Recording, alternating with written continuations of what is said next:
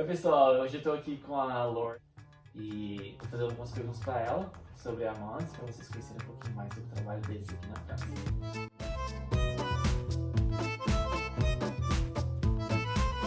Thank you for having us here. This is amazing. Thanks for being here. We talked a little bit about this earlier, but how did it all start? The Mons family is also a cheese family, and the company started in the 60s, and the parents, Mons, Hubert and Roland, the family is traditionally from Auvergne, from where we are, it's a couple hours away, and we're close to a town called Roanne that was really productive back in the 60s. There was a big textile industry here, so there was a lot of money in this town. So the family came from Auvergne and they just started selling cheeses on local markets. They knew a couple producers, bought 5 different cheeses from the region and were selling them, and it worked out really well. They were really hard workers and they had a lot of success with what they were doing. And we actually have Madame Mons is still with us and working with the company, helping out. She's amazing and full of energy. And then eventually Hervé Mons was one of the sons with Laurent. They came back in the company. Hervé came in the early 80s and Laurent came back in the early 90s. Awesome. And when Hervé came back, he worked back at the market, but before really working with the company, his dad, having made a lot of connections in the cheese world, sent him all over France to work with different producers and also work in Paris with some of the best cheesemongers at the time. So Hervé spent 7 years in Paris before coming back here, and that's when we opened our first cheese shop back in 83. Amazing. So how many cheese shops do you guys have right So now we have 11 cheese shops. Are they all in France? They're mainly in France and mainly in the region here around Lyon. We work with, we have a partnership with a couple shops in Switzerland and then in London in the UK. Amazing. And are you guys selling cheese to Brazil at all? Like, do you have anything there? Yeah, we have a great relationship with Brazil and with producers in Brazil. We don't actually sell cheese at the moment. Fingers crossed, maybe one day. Maybe one day. Hopefully soon. But from what I hear, there's a great feedback also about the production in Brazil, and we really like working with Brazilians. Amazing, yeah. And you guys age some of the cheeses here too, right?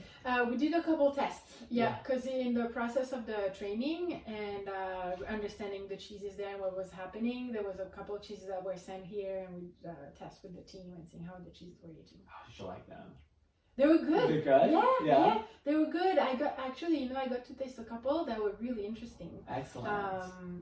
It reminds me a little bit of what happened in the US like 10-15 years ago, where you have people that are really interested, very curious, and want to learn and have no preconceived ideas, and they just want to try and go for it. Oh, that's amazing. So how many cheeses total are you guys aging/making right now? So we work with between 80 and 100 producers that are all over France, and then depending on the season, because a lot of our cheeses are seasonals that we buy from farmers that are only making one type of cheese. So we have about between 150 and 200 different cheeses depending on the time of year, and it will depend, in the winter we'll have more like the long aged cheeses that are ready to go, that have been made the year before, and then in the summer and starting spring we have a lot of amazing small goat cheeses that we'll only have for a couple months in the year, that will keep between 7 and 15 days. Awesome. And what do we have here today? We have a beautiful selection of cheeses. Today, we have a really exciting cheese board. Actually, we have 2 cheeses that just came back in season. Right here is the Lingot de Saint-Nicolas, and this is a really nice sheep's milk lactic cheese made by Père Gabriel at the Monastère de la Dalmerie, which is really great. Here we have Mistralou, which is a really unique goat cheese. It's small lactic raw milk goat cheese, and it's made in Provence by producers that have Rove goats, which is a really traditional breed in Provence. Really nice. We have then a great, delicious raw milk camembert. Yum. We have l'étiva.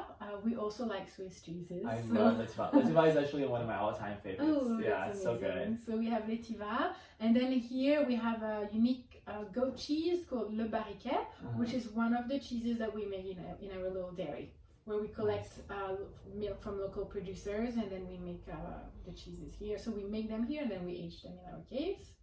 And then to finish, we have 1924, which is a unique blue cheese as well, and it's a mix of sheep and cow's milk, made exclusively for us, that we age from A to Z here in our caves. And we actually carry this cheese at Murray's. Would you tell us a little bit about the story behind that cheese? It's so interesting. 1924 is it's really the mix between, you know, friendship and traditions, and trying to come up with a product that is making sense and really delicious. So one good friend of Hervé, François, a couple of years ago, was really bugging Hervé about trying to make a Roquefort the way it used to be before it was PDO, where sometimes you would have, you know, sheep's milk, cow's milk, depending on the animals that the farmers had on the farm. And then, you know, the PDO came in 1925 and made it 100% sheep's milk. So you would still have mixed milk cheeses made, but it was not regulated. And then the other thing was that the idea was to have a mix between Bleu d'Auvergne and a Roquefort. Bleu d'Auvergne being made with cow's milk from the Auvergne region more in the north, and then Roquefort being made with 100% sheep's milk more in the south. And there was kind of always a rivalry between the two regions and those two blues, because they're kind of neighbors. But then the Roquefort was always highly regarded, and then Bleu d'Auvergne was more like the traditional cheese you would have as an everyday cheese on the table. And Hervé, being from Auvergne, was really proud of his cheeses, and is like, you know, let's try to have, you know, just recreate something here. And that's how that's how 1924 was born, and we were lucky to have a really good partnership with a producer in Auvergne, and we worked with them on the recipe and then the milk collection and making sure they could have sheep's milk available. So to develop a new cheese, it takes a couple of years to get to what you really want. So it took a couple of years to develop 1924 and to get to where we are now. So right now the producer, they make the cheese exclusively for us, and we age it 100% in our caves. So they make the cheese, and then 5 days later it arrives here in our caves. It has just been pierced, like you saw in the cave, and then we age them for a minimum of 8 weeks.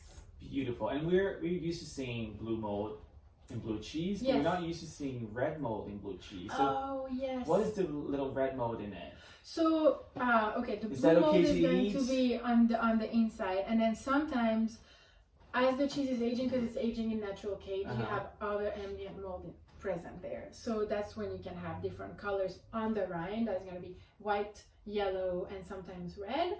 And for us, when we see those colors, we're like, oh my god, this is amazing, because it means that the atmosphere of the cave is really good and really healthy, and that the cheeses are developing well. Awesome. So amazing. it's so natural. Yeah, we use that cheese actually on burgers at Murray's, and it's so delicious. And we have a lot of customers asking for that. Like, do you have 1924 so I can put it on my burger? It's phenomenal. That's so good. Good. Do you have a favorite cheese? Do you have like a top 3 favorites? If you have to go to a party and you're like, okay, I can only pick 3, what cheeses would you bring? Definitely Mistral. This is my all-time favorite. Being from the Alps region, Beaufort is an amazing cheese. I grew up with it, and then it's just a really unique and really well made and beautiful hard cheese. And if you can have a Beaufort alpage, you know, that's like a couple of years old, it's quite an experience. I tried Beaufort with tarragon mustard in one of Murray's cheese classes, and it was just the best thing on earth. It was so delicious. I love it. Phenomenal. It's really a beautiful cheese. Super exciting. The world of cheese, you know, it's like you have one ingredient, and then you have like thousands of possibilities, and then connecting people and farmers and the land, and it's fascinating and really interesting. So true. So you guys, when you come to France, just make sure to check Mons cheeses out. Again, where can I find Mons cheeses here in France?